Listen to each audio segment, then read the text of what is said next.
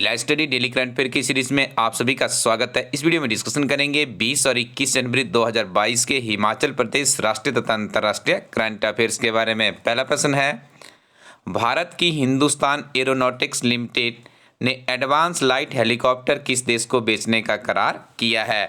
Mauritius के साथ में भारत की हिंदुस्तान एरोनॉटिक्स लिमिटेड के द्वारा एक करार किया गया है। काफ़ी अच्छी बात है, हमारी कोई कंपनी मैन्युफैक्चरिंग कर रही है और बाहरी देशों में भी यदि उसका निर्यात किया जाएगा, ये हमारे देश के लिए एक अच्छी बात मानी जा सकती है। यूएसए के लॉस वेगास में आयोजित मिसेस वर्ल्ड 2022 का खिताब किसने जीता है? सॉलियन फोर्ड का नाम आपने याद रखना है। आज के वर्तमान परिप्रेक्ष्य में यदि बात की जाए तो आपसे साधारण प्रश्न नहीं पूछे जाएंगे, इसी तरह के प्रश्न आपसे पूछे जाएंगे तो थोड़े से डिफिकल्ट होंगे। तो याद रखिएगा, सॉलियन फोर्ड यूएसए के लॉस वेगास में आयोजित मिसेस वर्ल्ड 2022 का खिताब जीतने वाली प्रतिभागी बनी है। एयर इंडिया का प्रमुख किसे नियुक्त किया गया है? विक्रम देवदत्त का नाम याद रखिएगा। विक्रम देवदत्त को एयर इंडिया का प्रमुख नियुक्त किया गया है। रूस ने भारत में अपना नया राजदूत किसे नियुक्त किया है? देखिए, रूस में भारत के नए राजदूत नियुक्त हुए हैं डेनिस एलिपोवा। याद रखिएगा, रूस ने भारत में अपना नया राजदूत नियुक्त किया गया है जिनका नाम है डेनिस एलिपोव। कोविड-19 टीकाकरण पर भारत के स्मारक डाक टिकट में किस टीके को दर्शाया गया है? कोवैक्सीन का याद रखिएगा। देखिए, जब भी कोई पैंडेमिक आता है और मानव का जीवन संकट में होता है, उसके बाद देखिए संकटकालीन परिस्थिति में यदि किसी का जीवन बचता है तो निश्चित तौर पे जो भी वैक्सीन होगी उसके लिए तो हमें आंतरिक रूप से भी सैल्यूट करना चाहिए। तो कोवैक्सीन ने काफ़ी इंपॉर्टेंट रोल प्ले किया है कोविड-19 पैंडेमिक के बीच में, और इसके ऊपर भारत सरकार ने एक डाक टिकट भी अब जारी किया है। किस राज्य सरकार ने सिविल सेवा परीक्षा की आयु 32 वर्ष से बढ़ाकर 38 वर्ष कर दी है? तो उड़ीसा के द्वारा किया गया है। कमेंट सेक्शन में बताइएगा, हिमाचल प्रदेश में एचएएस बनने के लिए सिविल सेवा परीक्षा की आयु सीमा क्या निर्धारित की गई है? हाल ही में सानिया मिर्जा द्वारा संन्यास लेने की घोषणा की, इनका संबंध किस खेल से रहा है? टेबल टेनिस का नाम आपने सुना होगा। तो देखिए, टेबल टेनिस की काफ़ी विख्यात खिलाड़ी थी सानिया मिर्जा, अब इन्होंने संन्यास लेने की घोषणा की है। कौन सा हाईकोर्ट न्याय घड़ी स्थापित करने वाला देश का पहला हाईकोर्ट बन गया है? गुजरात हाईकोर्ट के द्वारा निर्णय लिया गया है कि न्याय घड़ी वहाँ पे स्थापित की जाएगी और ऐसा करने वाला देश का पहला हाईकोर्ट बन गया है। This is very important question. रोजगार मिशन किस राज्य की हालिया पहल है? तो रोजगार मिशन शुरू किया गया है छत्तीसगढ़ के द्वारा। किस केंद्रीय मंत्रालय ने climate hazards and vulnerable Atlas of India launch किया है? इसे लॉन्च किया गया है पृथ्वी विज्ञान मंत्रालय के द्वारा। हरियाणा सरकार ने किसे राज्य महिला आयोग की अध्यक्षा नियुक्त किया है? रेणु भाटिया का नाम आपने याद रखना है। भारतीय ऐतिहासिक अनुसंधान परिषद का अध्यक्ष किसे बनाया गया है? प्रोफेसर रघुवेंद्र तंवर जी को। यदि आप हिमाचल प्रदेश में एचएस एलाइड नायब तहसीलदार की परीक्षा की तैयारी कर रहे हैं, तो यदि आप अभी अपने सोशल मीडिया या यूट्यूब के ऊपर सुनते होंगे, जितने भी सक्सेसफुल कैंडिडेट्स हैं वो आपको एक एडवाइस करते हैं कि ओल्ड क्वेश्चन बैंक जरूर पढ़िएगा। इन तीनों परीक्षाओं के लिए आप अपनी स्क्रीन पर जो किताब देख रहे हैं काफ़ी उपयोगी है, क्योंकि इसमें इन सभी परीक्षाओं के ओल्ड क्वेश्चन पेपर डिस्क्रिप्शन के साथ में सम्मिलित किए गए हैं। इस किताब को आप रिव्यू करने के लिए इलाइव स्टडी को.in वेबसाइट या अपने नज़दीकी शॉपकीपर से भी संपर्क कर सकते हो।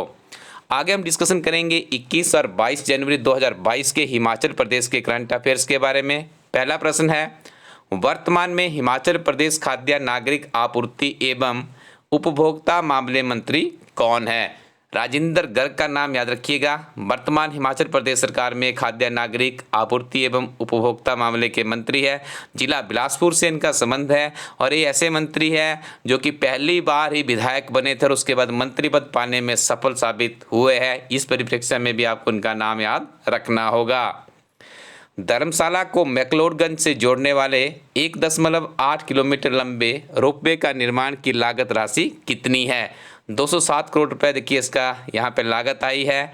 साथ में आप याद रखिएगा इसका हाल ही में इनॉग्रेशन किया गया है धर्मशाला के जो विधायक है विशाल नेहरिया और माननीय मुख्यमंत्री जयराम ठाकुर जी के द्वारा। उनकी एक इमेज आपने सोशल मीडिया के ऊपर काफ़ी वायरल होती हुई भी देखी होगी। तो वो इसी दौरान जब इस रोपवे का ये इनॉग्रेशन किया गया उसी दौरान की ये इमेज थी। अब आपको कुछ फैक्ट भी इससे संबंधित याद रखने होंगे।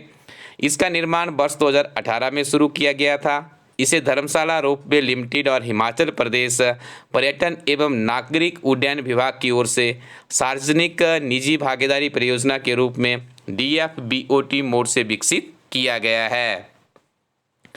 प्रसिद्ध सिद्ध पीठ बाबा बालकनाथ मंदिर हिमाचल प्रदेश के किस जिले में अवस्थित है? The right answer is here Hamirpur. किस हिमाचली का विश्व स्काउट जम्बूरी में चयन हुआ है जो कि वर्ष 2030 में कोरिया में आयोजित होगा? देखिए कुल्लू जिला के बिज्जू इनका नाम है। तो देखिए इनका यहाँ पे चयन हुआ है।